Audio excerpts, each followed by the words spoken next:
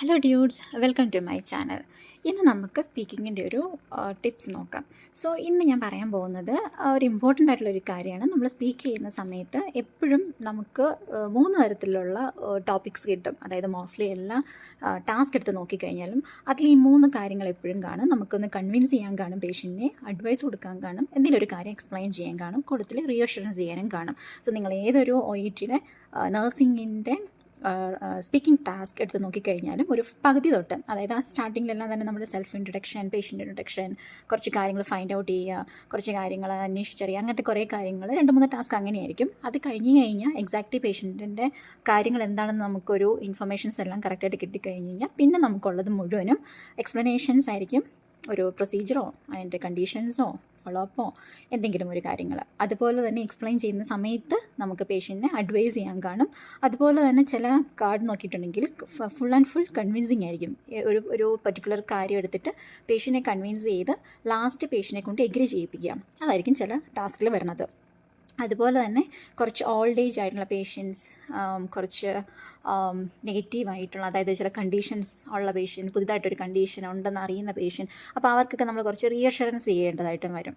So anyway എങ്ങനെ നോക്കി പറഞ്ഞാലും നമുക്ക് ഏത് കാർഡ് എടുത്താലും ഈ 4 കാര്യങ്ങൾ കാണും. അതായത് reassurance, convincing, advising and explain. ഇനി ഓക്കെ, ഇങ്ങനത്തെ ഒരു കേസ് നോട്ട് നമുക്ക് കിട്ടിക്കഴിഞ്ഞിട്ടുണ്ടെന്നുണ്ടെങ്കിൽ, സ്പീക്കിംഗ് ടാസ്ക് കിട്ടിക്കഴിഞ്ഞിട്ടുണ്ടെന്നുണ്ടെങ്കിൽ, ഇനി നമ്മൾ ഓരോ സെൻറ്റൻസ് വൈസ് കൺസ്ട്രക്ഷൻ ചെയ്യാൻ പോവുകയാണ്. കൺസ്ട്രക്ഷൻ ചെയ്യുമ്പോൾ ഓർഗനൈസ് ചെയ്ത് കൺസ്ട്രക്ഷനൊക്കെ ചെയ്തു. ഇനി നമ്മൾ പ്രസൻറ്റ് ചെയ്യുന്ന സമയത്ത് യൂഷ്വൽ നമ്മുടെ ടോക്കിൽ നമ്മളെപ്പോഴും യൂസ് ചെയ്യുന്നതാണ് you have to, you should, please do, അല്ലെങ്കിൽ you should not do, you have to do. So ഇതൊക്കെ നമ്മുടെ ഡെയിലി ലൈഫിൽ നമ്മൾ യൂസ് ചെയ്യുന്ന കാര്യങ്ങൾ. ഒരാളുടെ അടുത്തൊരു കാര്യം പറയുമെങ്കിൽ you have to do that, അല്ലെങ്കിൽ ഇപ്പം you should not do that, അങ്ങനെയൊക്കെ നമ്മൾ സാധാരണ സംസാരിക്കുന്നത്. പക്ഷേ OETയുടെ സ്പീക്കിങ്ങിൽ നമ്മൾ ആ വേ കൊണ്ടുവന്നിട്ടുണ്ടെന്നുണ്ടെങ്കിൽ നമുക്ക് സ്കോർ ചെയ്യാൻ കുറച്ച് ബുദ്ധിമുട്ടായിരിക്കും. ഈസി വേയിൽ നമുക്കത് എങ്ങനെ പ്രസൻറ്റ് ചെയ്യാമെന്നാണ് ഇന്നത്തെ നമ്മുടെ ക്ലാസ്.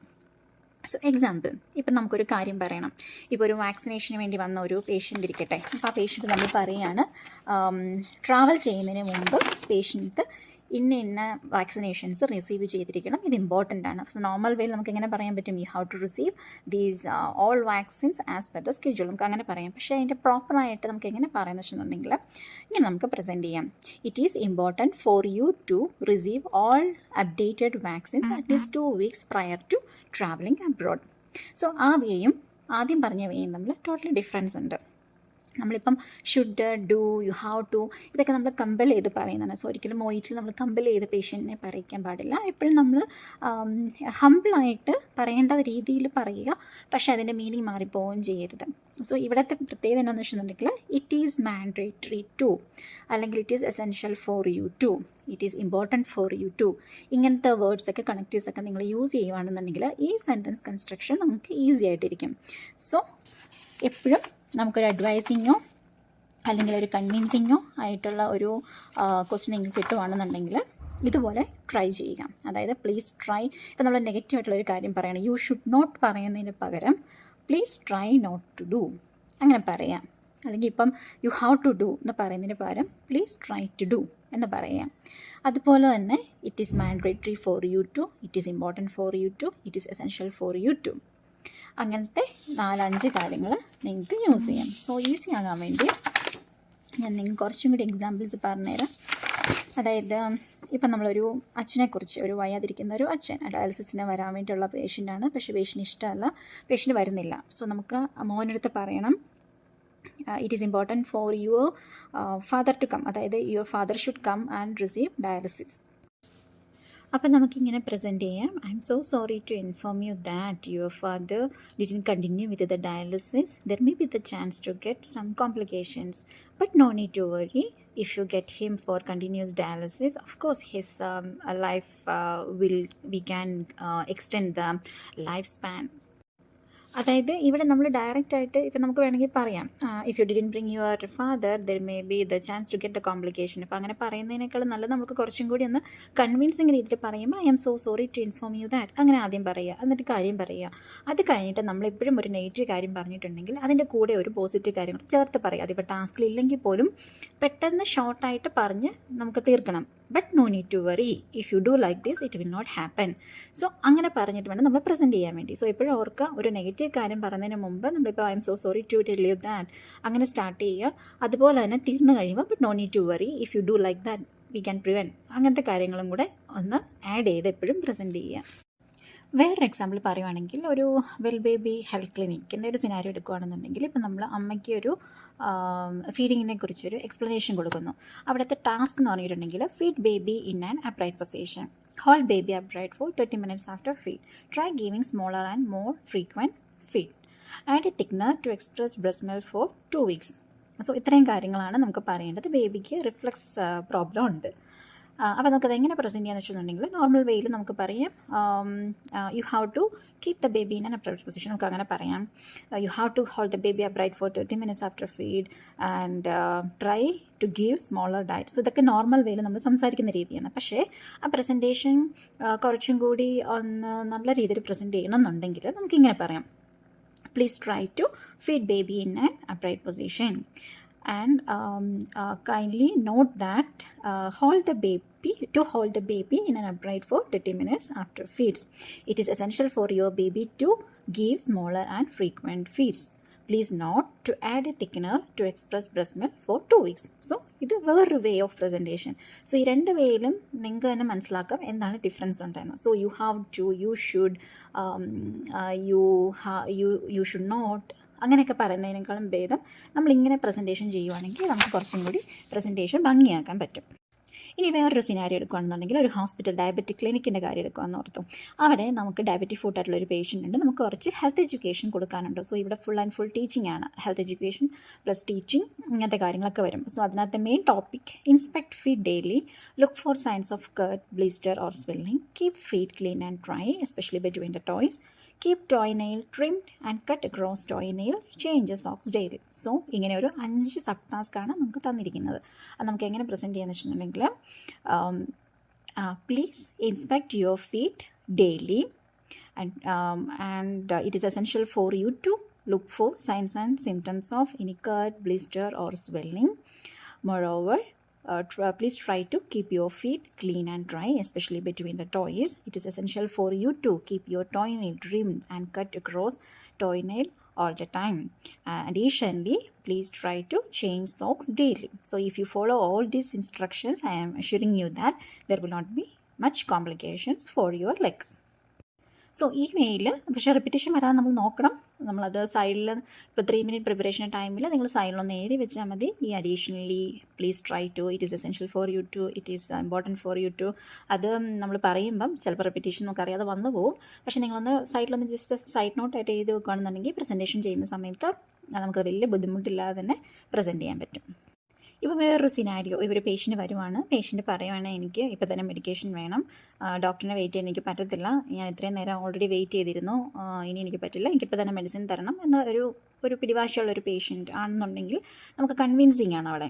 സോ മാക്സിമം നമ്മൾ ഹംബിളായിട്ട് നമുക്കവിടെ കൺവിൻസ് ചെയ്യാൻ പറ്റത്തുള്ളൂ. So you have to wait for 15 minutes to see the doctor. നമുക്ക് പറയാൻ പറ്റില്ല. അവിടെ എങ്ങനെ പറയാമെന്ന് വെച്ചിട്ടുണ്ടെങ്കിൽ, Mr. John, I am so sorry, I can truly understand your concerns, I am apologizing for that, please try to understand that presently the doctor is much busy in emergency department. I am assuring you that it will not take more than 15 minutes.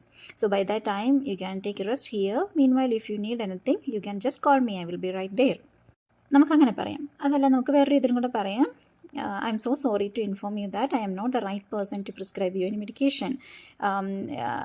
For that, please try to understand the situation and please wait here for 15 minutes. I am assuring you that he will not take more than 15 minutes and I will be taking care of you. By that time, you can take rest here. നമുക്കങ്ങനെ കുറച്ചതായിട്ട് പറയാം. അല്ലെങ്കിൽ നമുക്ക് വേറൊരു രീതിയിലും പറയാം. By this moment, Mr. John, I can truly understand your concern. However, I am sorry to tell you that I am not the right person to prescribe you any medication and it is out of my scope of service.